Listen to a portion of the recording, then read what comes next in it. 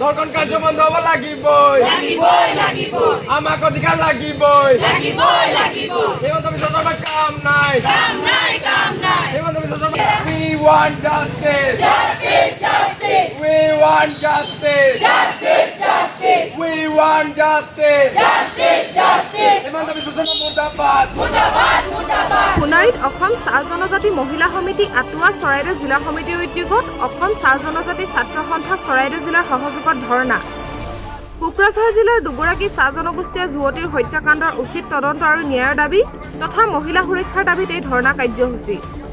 চৰাইদেউ জিলায়ুক্ত কাৰ্যালয়ৰ সন্মুখত সম্পন্ন কৰা ধৰ্ণাস্থলীৰ পৰাই দোষীক উপযুক্ত শাস্তিৰ দাবী প্ৰতিবাদী। News desk report any voice. আজি অসম চাহ জনজাতি মহিলা সমিতি কেন্দ্ৰীয় সমিতিৰ নিৰ্দেশ মৰ্মে আজি যি আমাৰ কোকৰাঝাৰ জিলাত সংঘটিত হৈ গৈছে ঘটনাই ইতিমধ্যে আমাৰ সমগ্ৰ ছাত্ৰী সমাজক এক দুখৰ বিষয় আৰু আমাৰ সকলো মহিলাৰ কাৰণে এক দুখৰ বিষয় যে এনেধৰণৰ ঘটনা বহুতখিনি হৈ গৈছে। তদুপৰি অসম চৰকাৰে এনেধৰণৰ ঘটনা সংঘটিত কৰা এই নৰপিচাজসকলক তেওঁলোকৰ উচিত যি শাস্তি পাব লাগে তেওঁলোকক দিয়া নাই আৰু আমি শুনিছোঁ যে তেওঁলোকৰ ৰেপ কেছ হৈছে লগতে তেওঁলোকক মাৰ্ডাৰ কৰি পুখুৰীত পেলাই দিয়া হৈছে। আজি কি আমাৰ মহিলাসকলৰ একো নাই নেকি? আমি মহিলাসকলে ৰাস্তাত গৈ থকা আমি কি যাবৰ নেকি যে আমাৰ মৃত্যু আমি বলিদান দিয়েই থাকিম, আমাৰ বলি লৈয়ে থাকিব হয় নৰপিচাজসকলে আৰু এই অসম চৰকাৰে ৰাজগতিত বহি কিনি অসমক শাসন কৰিব। আমাৰ অসম চৰকাৰক আমি দাবী জনাওঁ যে আমাক ন্যায় লাগিব। আমি একো নাজানো, আমাক ন্যায় লাগিব কাৰণ আমিও এইখন দেশৰে নাগৰিক হয়, আমিও ভোট দিওঁ, আমাক ন্যায় লাগিব। আৰু যিসকলে তেওঁলোকে পূৰ্বে 2016 চনত অসম যেতিয়া ভাৰত চৰকাৰে আমাৰ অসম দখল কৰিছিলে তেতিয়া তেওঁলোকে বহুতখিনি শ্লোগান আগবঢ়াইছিলে, বহুতখিনি তেওঁলোকে কৈছিলে নাৰীক নিৰাপত্তা দিম, ৰাইজৰ মাজত তেওঁলোকে বহুতখিনি কথা আনিছিলে যে নাৰীক নিৰাপত্তা দিম, শিক্ষাৰ দীক্ষা সকলো দিশত তেওঁলোকক আগবঢ়াই লৈ যাম। কিন্তু এতিয়া কি হৈছে? এতিয়া আমি এইবোৰ কি চাবলৈ পাইছোঁ যে এদিনত দিনে পিছে দিনে একদম অগতানুগতিকভাৱে এনেধৰণৰ ৰেপ কেছ ৭২ বছৰ মহিলা, বৃদ্ধ, 15 বছৰ 5 বছৰ শিশুক তেওঁলোকে এৰা নাই, নাবালিক শিশুকো তেওঁলোকে এৰা নাই আৰু এটাৰ পিছত এটা এনেধৰণৰ ঘটনা সংঘটিত হৈছে। আৰু চাবলৈ বাকী আছে নেকি? আৰু কি চাব অসম চৰকাৰে?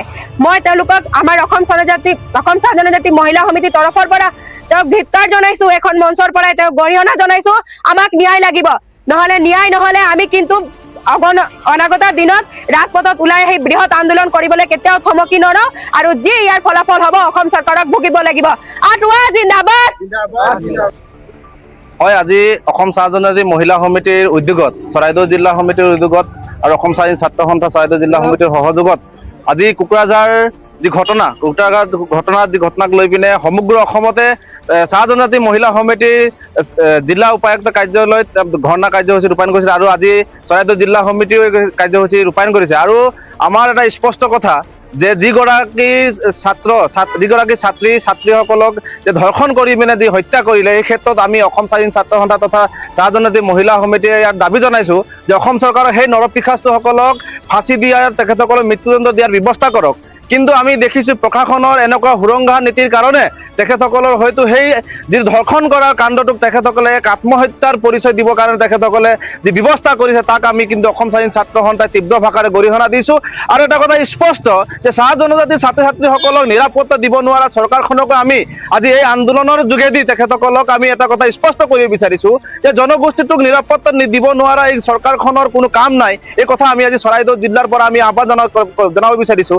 অনাগত দিনত কিন্তু ছাত্ৰ ছাত্ৰীসকলক যদি নিৰাপত্তা নিদিয়ে, ধৰ্ষণকাৰীসকলক যদি কঠোৰ আইন যোগেদি যদি ফাঁচি দিয়াৰ ব্যৱস্থা নকৰে, কিন্তু আমি সমগ্ৰ অসমতে অসম স্বাধীন ছাত্ৰ সন্থাৰ উদ্যোগত আমি বৃহৎ কাৰ্যসূচী ৰূপায়ণ কৰিবৰ কাৰণে আমি বাধ্য হ'ম।